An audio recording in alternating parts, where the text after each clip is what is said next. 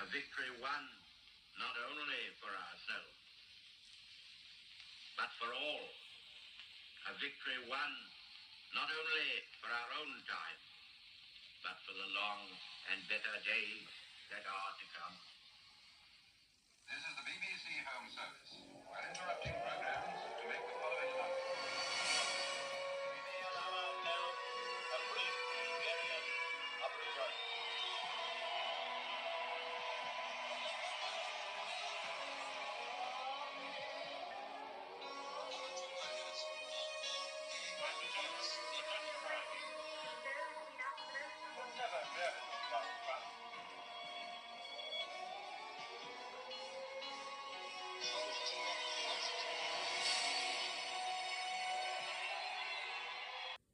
In France, we shall fight on the seas and oceans.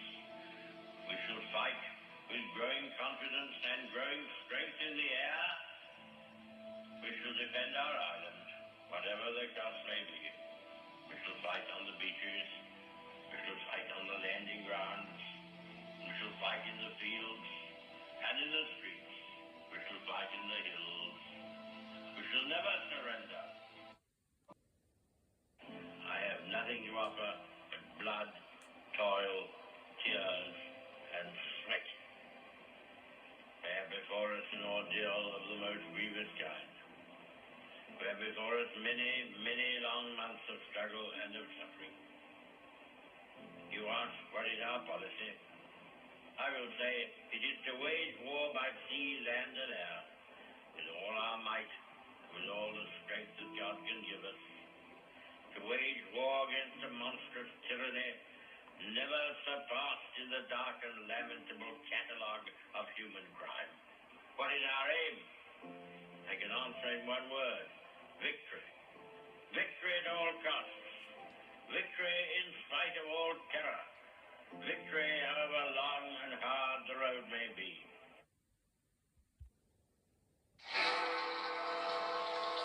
This is London. Prime Minister, the Right Honourable Winston Churchill. Yesterday morning at 2:41 a.m. at General Eisenhower's headquarters, General Jodl, the representative of the German High Command, and of Grand Admiral Dönitz, the designated head of the German state, signed the act of unconditional surrender of all German land, sea, and air forces in Europe to the Allied Expeditionary Forces and simultaneously to the Soviet High Command. Hostilities will end officially at 1 minute after midnight tonight, Tuesday, the 8th of May. But in the interest of saving lives, the ceasefire began yesterday to be sounded along all the fronts. And our dear Channel Islands are also to be free today. The German war is therefore at an end.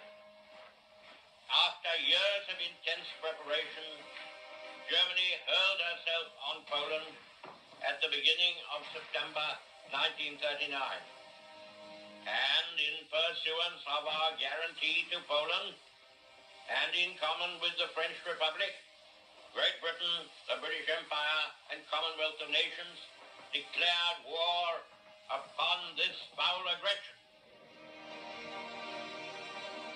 After gallant France had been struck down, we from this island and from our united empire maintained the struggle single-handed for a whole year, until we were joined by the military might of Soviet Russia and later by the overwhelming power and resources of the United States of America. Finally, almost the whole world was combined against the evildoers, who are now prostrate before us. Our gratitude to our splendid allies goes forth from all our hearts in this island and throughout the British Empire. We may allow ourselves a brief period of rejoicing, but let us not forget for a moment the toils and efforts that lie ahead. Japan remains unsubdued. We must now devote all our strength and resources to the completion of our tasks, both at home and abroad. Advance Britannia. Long live the cause of freedom. God save the King.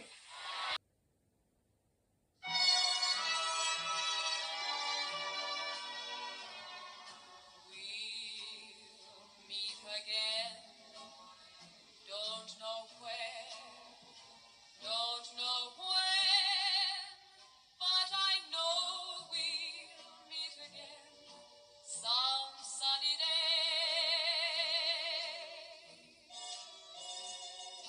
Keep smiling through, just like you always do, till the blue skies drive the dark clouds far away.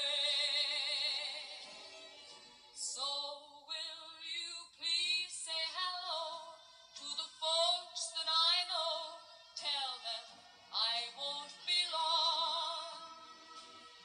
They'll be happy to know that as you saw me go, I was singing this song. We'll meet again.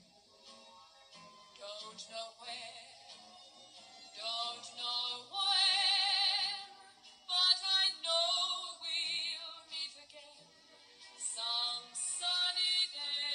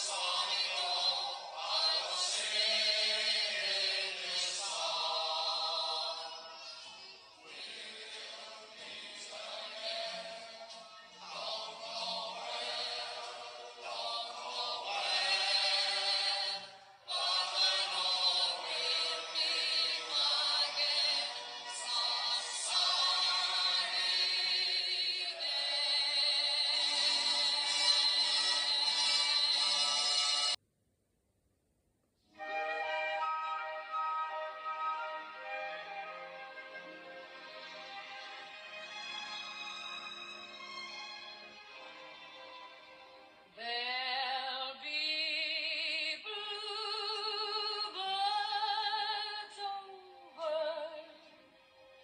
the white cliffs of Dover tomorrow. Just you wait and see. There'll be love and laughter and peace ever after tomorrow, when the world is free.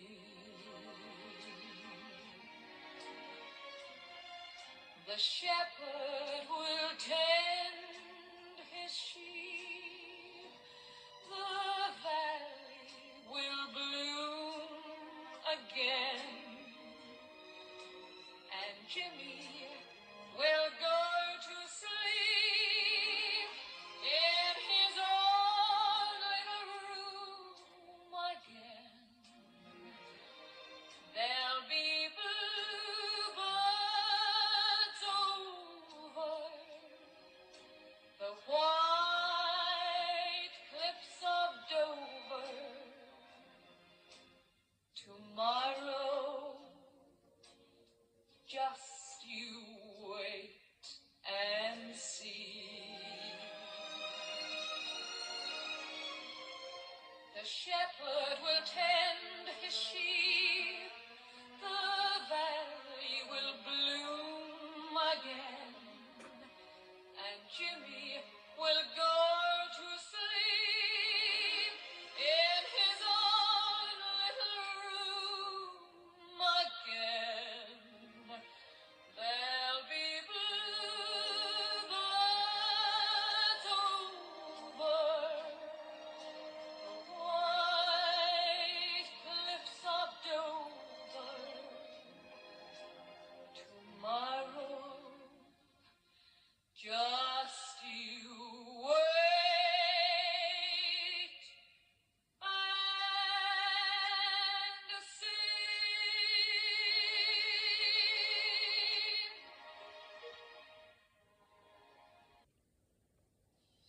I remember the thrill and relief after the previous day's waiting for the Prime Minister's announcement of the end of the war in Europe. And my parents went out on the balcony in response to the huge crowds outside. I think we went on the balcony nearly every hour, 6 times. And then when the excitement of the floodlights being switched on got through to us, my sister and I realized we couldn't see what the crowds were enjoying. My mother had put her tiara on for the occasion, so we asked my parents if we could go out and see for ourselves. I remember we were terrified of being recognized, so I pulled my uniform cap well down over my eyes. A grenadier officer amongst our party of about 16 people said he refused to be seen in the company of another officer improperly dressed. So I had to put my cap on normally. We cheered the King and Queen on the balcony and then walked miles through the streets. I remember lines of unknown people linking arms and walking down Whitehall, all of us just swept along on a tide of happiness and relief. I remember the amazement of my cousin, just back from 4.5 years in a prisoner of war camp, walking freely with his family in the friendly throng. And I also remember when someone exchanged hats with a Dutch sailor, the poor man coming along with us in order to get his cap back. After crossing Green Park, we stood outside and shouted, "We want the King." And we were successful in seeing my parents on the balcony, having cheated slightly because we sent a message into the house to say we were waiting outside.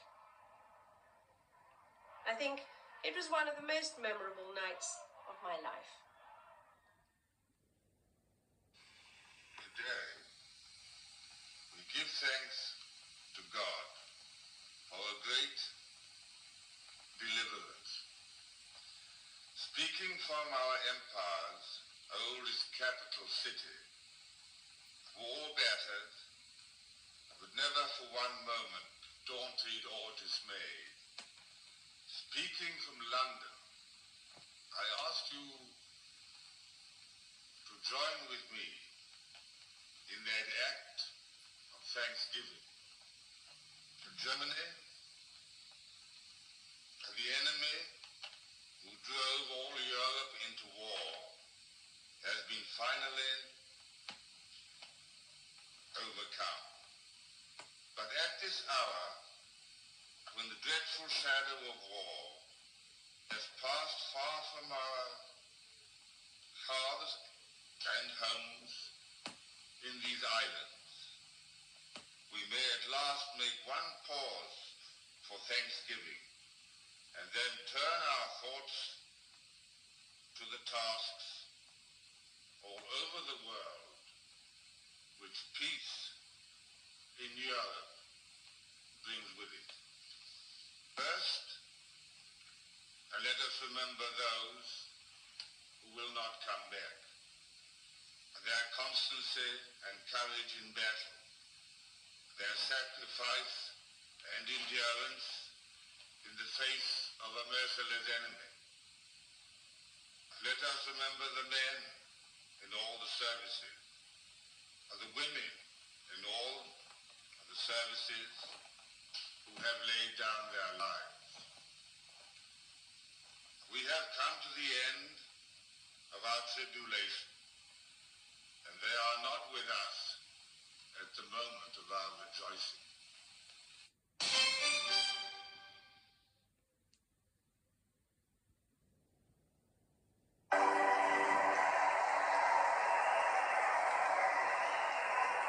And we have another one, I think, if you turn the page. Oh, now we're down to here, and it is the next part of the proceedings. We're cutting the next one, and we're saying we're waiting now for someone very special. Someone the whole nation loves. Someone who had a unique place in all our hearts. Her Majesty, Queen Elizabeth, the Queen Mother.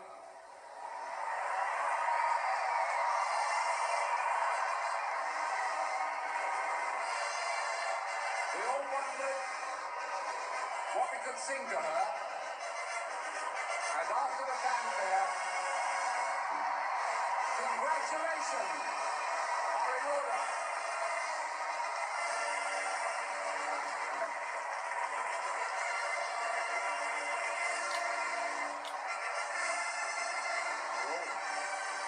And what a moment for this most favoured lady. A moment of conflicting emotions, I'm sure. Married to her Bertie for 29 years, widowed for 43 years.